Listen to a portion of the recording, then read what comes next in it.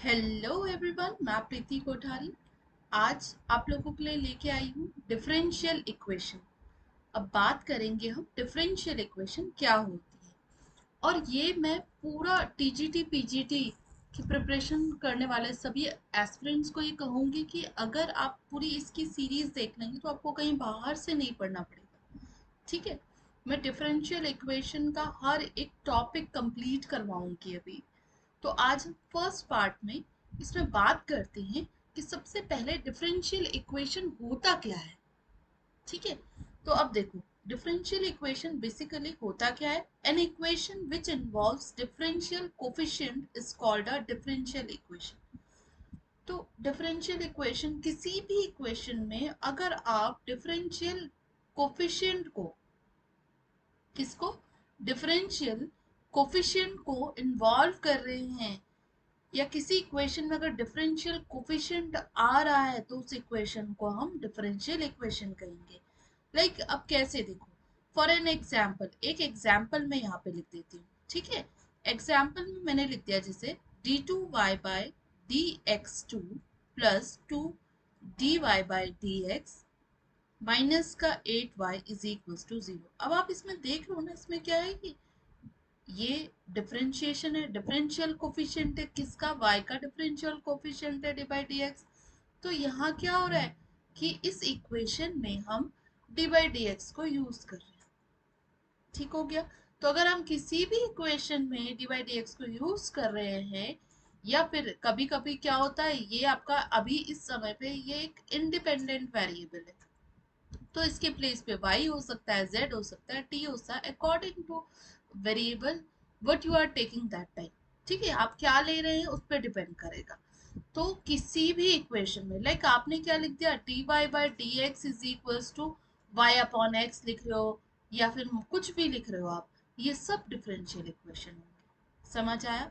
तो differential equation किसे कहते हैं, किसी भी इक्वेशन में आप जब डिफरेंशियल कोफिशिएंट को इंट्रोड्यूस करा देते हो तो उसे ही हम डिफरेंशियल इक्वेशन कहते हैं। ठीक है, अब देखते हैं नेक्स्ट, ऑर्डर एंड डिग्री। ये बहुत ही इंपॉर्टेंट है, अगर टीजीटी में आना होगा तो ये टॉपिक जरूर आएगा, order and degree of differential equation. ठीक है, तो किसी भी अगर हम डिफरेंशियल इक्वेशन का ऑर्डर पूछे तो देखो क्या लिखा है, the order of a differential equation is the order of the highest differential coefficient, the order of the highest differential coefficient.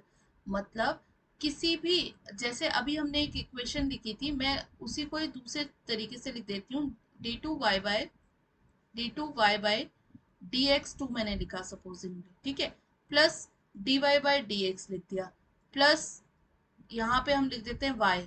ठीक है, और is equals to 0, y is equals to 0 supposingly मैंने ये लिख दिया।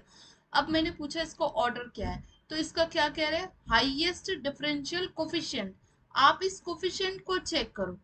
ठीक है, कोफिशिएंट को चेक करो, इसमें जो हाईएस्ट ऑर्डर वाला कोफिशिएंट होगा उसका ही ऑर्डर इस पूरी इक्वेशन का ऑर्डर होगा।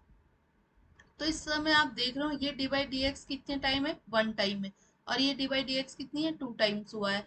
तो ये क्या होगा, इसका ऑर्डर 2 होगा। मतलब जितनी बारी डिफरेंशिएशन उस इक्वेशन का हुआ है मैक्सिमम टाइम, तो वही क्या होगा, आपका ऑर्डर होगा। तो इसमें समझ आया आपको, इसका क्या है, इसका जो ऑर्डर है, किसका, डिफरेंशियल कोफिशिएंट का जो ऑर्डर है वही ऑर्डर किसका होता है, आपकी इक्वेशन का होगा। तो यहाँ पे ऑर्डर क्या हो जाएगा इस डिफरेंशियल इक्वेशन का, वो ऑर्डर 2 हो जाएगा। ठीक हो गया।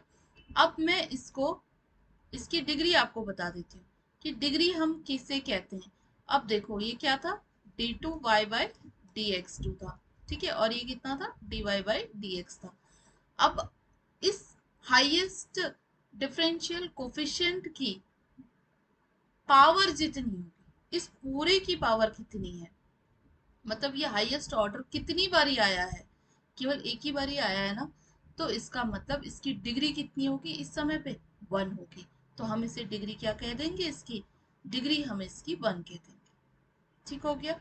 अभी हम केवल टॉपिक पढ़ रहे हैं, इसके साथ साथ मैं आपको बहुत सारे इसके एग्जाम्पल प्रैक्टिस में करवाऊंगी, बहुत अच्छे अच्छे एग्जाम्पल करवाऊंगी जिसमें कुछ पावर जो है फ्रैक्शन में भी आ जाती है। वैसे इसकी देखो डिग्री के लिए जरूरी होता है, जैसे वो आपका एक पोलिनोमियल बनाना चाहिए। ये जो ये आपका डी बाई डी एक्स है, ये आपका एक पोलिनोमियल बनाना चाहिए। अब देखो यहाँ पे 2 है तो इसकी पावर 1 है, यहाँ पे क्या होगी, इसकी पावर 0 होगी। तो पोलिनोमियल बना रहे ना, पोलिनोमियल कभी भी डिग्री फ्रैक्शन में नहीं होती है। लेकिन जब हम इस तरीके के क्वेश्चन करते हैं ना, तो वहां पे कुछ टाइम पे वो एग्जाम्पल में तो दे देता है फ्रैक्शन, मतलब क्वेश्चन में फ्रैक्शन दे देता है, हमें उसको बैलेंस करके फ्रैक्शन हटाना होता है, उसके बाद इक्वेशन सॉल्व करके उसकी डिग्री बतानी होती है। वो एग्जांपल्स भी हम आगे करेंगे। ठीक है, अभी समझ में आया कि ऑर्डर सिंपल सा, जितनी ज्यादा बार उसको डिफरेंशिएट कर किया होगा तो वो मैक्सिमम टाइम आपको ऑर्डर लिख देना है, और उस मैक्सिमम टाइम कितनी बार वो आया है वो उसकी डिग्री हो जाएगी। सिंपल सी बात। ठीक हो गया। अब थर्ड देखते हैं, कह रहे फॉर्मेशन ऑफ डिफरेंशियल इक्वेशन। तो इसका इसका मतलब क्या है कि ये कह रहे क्या हम किसी नॉर्मल इक्वेशन को डिफरेंशियल इक्वेशन बना सकते हैं। तो जरूर हम बना सकते हैं। जैसे for an example y is equals to a x plus a square, मेरे पास एक डिफरेंशियल इक्वेशन दे दी है। ठीक, एक नॉर्मल इक्वेशन है ये। ठीक है, एक नॉर्मल इक्वेशन दे दी है, और ये पूछा क्या है कि इसको आप डिफरेंशियल इक्वेशन बनाओ। तो हम बना सकते हैं। आप क्या करो, इसका एक डैश ले लो, तो y डैश लेंगे। तो आपको पता है y डैश हम किसको कहते हैं, dy बाई डी एक्स को ही हम y डैश कहते हैं, या हम इसको f डैश एक्स भी कहते हैं। ठीक हो गया। तो मैंने क्या किया, इसका dy, अगर मैं पूरा लिखूं तो हम ऐसे लिख देते हैं, dy बाई डी एक्स कर दो दोनों तरफ।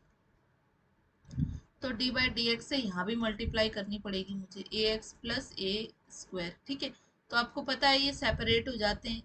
ठीक है, ए एक्स और प्लस का D by D x of A square.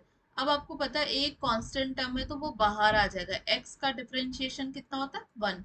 ये क्या है, कांस्टेंट टर्म है, तो इसका डिफरेंशिएशन 0। तो D Y by D X इस टाइम पे कितना आ रहा है, D Y by D X आ रहा है हमारे पास ए। ठीक है, D Y by D X कितना आया हमारे पास, ए आया।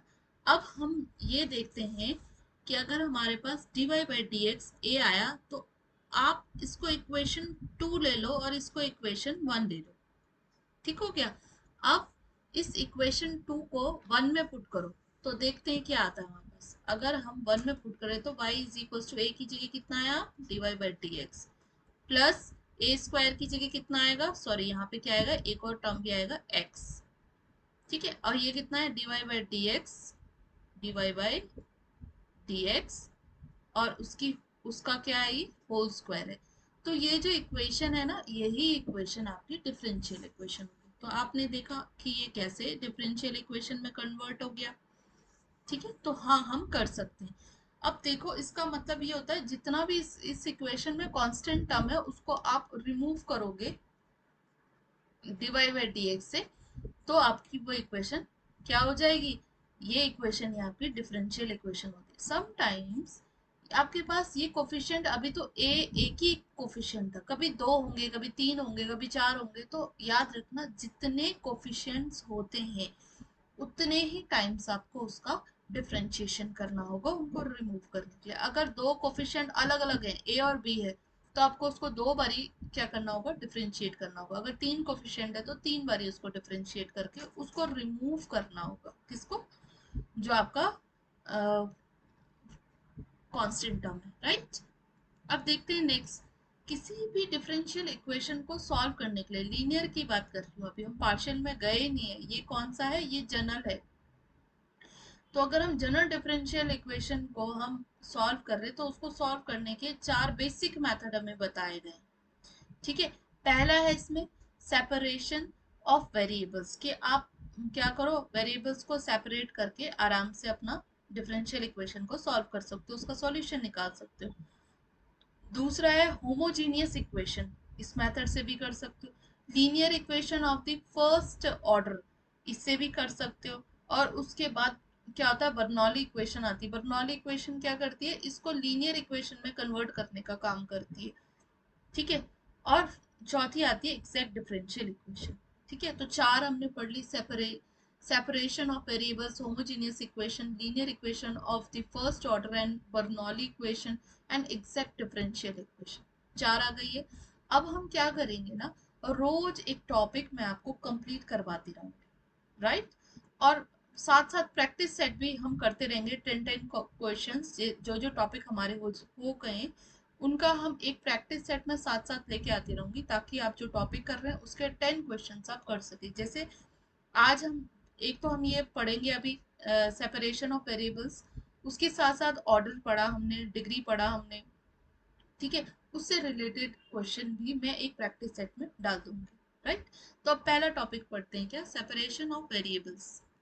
अब देखो वेरिएबल्स, सेपरेशन ऑफ वेरिएबल्स को मैं आपको एक एग्जाम्पल से बताती हूँ कि हम एक क्वेश्चन ले लेते हैं, उसके अकॉर्डिंग हम इसको करेंगे, ठीक है। अब इसका फर्स्ट क्वेश्चन है, इसका जो फर्स्ट क्वेश्चन है वो मैं लिख देती हूँ, x+1, ठीक है, dy by dx is equals to x y square plus 1। अब देखो इसमें क्या करते हैं हम, आपको करना भी है, आपको चारों टॉपिक आने चाहिए, वहां पे ये तो नहीं बोलेगा कि वेरिएबल सेपरेबल से निकालो, लेकिन हम क्या कर सकते हैं, अगर हमें चारों मेथड पता है तो हमें एक अंदाजा हो जाएगा अपनी प्रैक्टिस से कि कब कहाँ पे कौन सा मेथड यूज करना है, ठीक है। अब वेरिएबल सेपरेबल में क्या होता है कि आप वेरिएबल्स को, सेम वेरिएबल्स को एक साइड कर दो। जैसे देखो ये dy बाई डी एक्स है, इसके साथ में सारे y लेके आ जाती हूँ, तो कितना आएगा, 1 में वाई स्क्वायर प्लस का 1 आया। और दूसरी साइड अगर हम देखें तो क्या आएगा, दूसरी साइड है हमारे पास, अगर हमने क्वेश्चन करेक्ट लिखा, एक बार मैं क्वेश्चन चेक कर लेती हूँ, ठीक है, ठीक है, क्वेश्चन करेक्ट है। अब दूसरी साइड देखो क्या है, x है, और यहाँ पे क्या है, यहाँ पे एक था हमारे पास dy, यहाँ x है, इसके अपॉन में हम x+1 लिख देते हैं, ठीक है। और यहाँ कितना है dx, ये डिनोमिनेटर का है, आप यहाँ मल्टीप्लाई कर दो, तो ये एक आपके पास पैटर्न बन रहा है। और ये कितना था, y² + 1। अब देखते हैं हम इसको कैसे सॉल्व कर सकते हैं, ठीक है। आपको ये दिख रहा होगा, ये किसी न किसी का फॉर्मूला होता है, इंटीग्रेशन ऑफ, अगर आप देखो इंटीग्रेशन ऑफ 1 में x² + 1 dx है, ठीक है, या a² है, ठीक है। तो हम उसको क्या लिखते हैं, 1 में a, 1 में a, tan इनवर्स x में, ठीक है, यही लिखते हैं, और प्लस c लिख सकते हो। तो यहाँ पे क्या है, यहाँ पे भी तो सेम बन रहा है, y² + 1 है, यहाँ पे a की जगह आप 1 रख दो, तो इसका इंटीग्रेशन कितना हो जाएगा, अगर हम डायरेक्टली लिखना चाहे, है ना, यूज इंटीग्रेशन बोथ साइड, और हमने लिखा तो ये कितना आ जाएगा, ये तो हमारा बहुत आसानी से आ गया, tan इनवर्स, और कितना है y में a, तो सिंपल y लिख देते हैं, प्लस c, अब ये बहुत कुछ है तो इसको एक साथ ही c लिखेंगे। अब इसका प्रॉब्लम हो रहा है तो इसका देखो क्या कर सकती हूँ मैं, tan इनवर्स y है, तो tan इनवर्स y ये हो गया। अब यहाँ चेक करते हैं हम, तो यहाँ कितना आएगा, यहाँ आएगा आपका x+1, और -1 कर देती हूँ, अपॉन में x+1 dx हो जाएगा।